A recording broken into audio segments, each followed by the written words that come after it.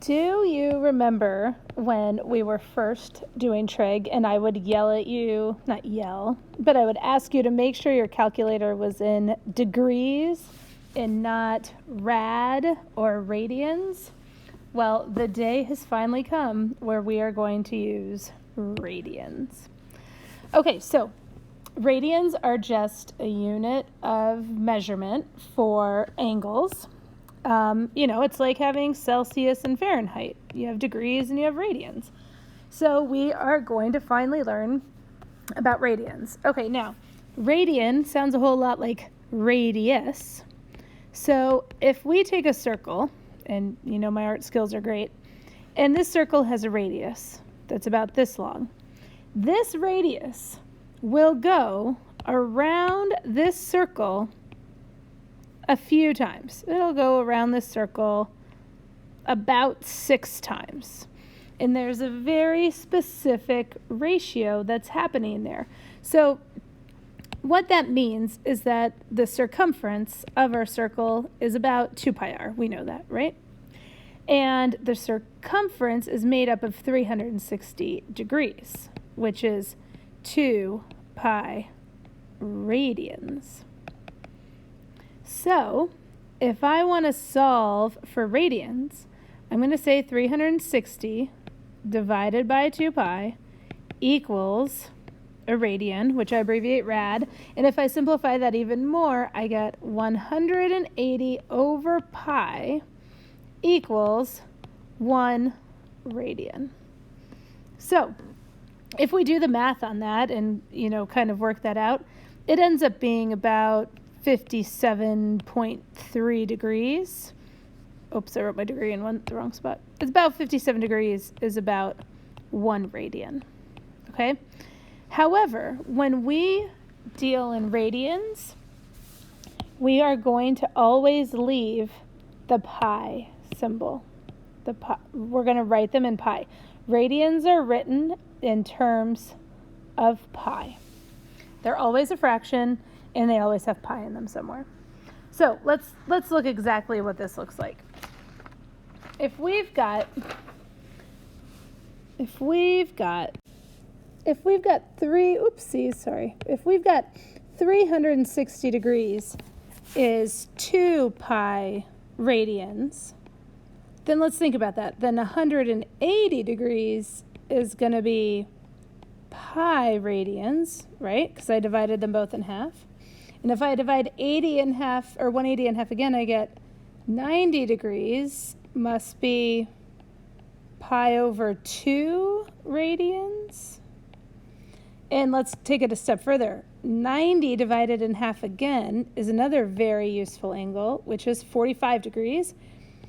So let's think about this. If we take half to get to 90, how do we get to 45 from 180? That's going to be pi over 4 radians. So these are how we write radians. We write them in terms of pi. Now, this is a really great way to think on the fly in terms of some like quick conversions. So you go all the way around the circle, 360 degrees is 2 pi radians. You go halfway around the circle is pi radians. You go a quarter to 90 degrees is pi over 2 radians. And you go a little bit less to 45 degrees and you've gone pi over 4 radians. Okay, there's got to be an easier way to convert, and you're right, there is, and it looks like this. The conversion we're going to use that's going to make our life a little easier looks like this. Radians, when we're looking for radians equals pi over 180 times the degree. Okay? And if we're looking for degrees, we're going to take 180 over pi times the radians. So let's see what that looks like. Let's just kind of keep this over here. Let's say we want to know how many radians are in 65 degrees is how many rad? Okay, that's our question. So I'm going to take my 65 degrees, and I'm looking for radians. So I'm going to take my degrees, and I'm going to multiply by pi over 180. So I'm going to multiply this by pi over 180, and I'm going to write it as a nice big fraction. Like I might even put my 65 over a 1. And then multiply a fraction, so this is 65 pi over 180. Okay, well that's a ridiculous number, so we're going to simplify that, divide them both down, let's see, by 5s, and that's 25. Pi 180 divided by 5 is 36 radians. And I can't simplify 25 and 36 anymore, right? That's as low as it goes. So that's how you solve that problem. So the way I remember doing these is whenever I'm going to radians, pi has to be on top because I need pi in my final answer. Okay, let's try another one. Let's see, let's go. What if we have 5/4, oops, I messed up, 5/4 pi in degrees? What if that's what we're looking for? Okay, so I'm looking for degrees. So I'm going to take my 5/4 pi, and I'm going to put my pi in the numerator because that's another way of writing that. And I'm going to multiply this by 180 over pi, right? Here's my formula, 180 over pi times the radians. Now look what happens immediately. Your pi's cancel out. That's good. Now you've got 5 times 180, and you're going to divide by 4. So you're like 5 times 180, you divide by 4, and you get 225, and that's in degrees. So it's a good thing your pi is canceled out because degrees are not written in terms of pi. So that makes a lot of sense. Let's try another one. What if I want to know about 11/4 pi in degrees? You want to hit pause? You want to try that one? See what happens?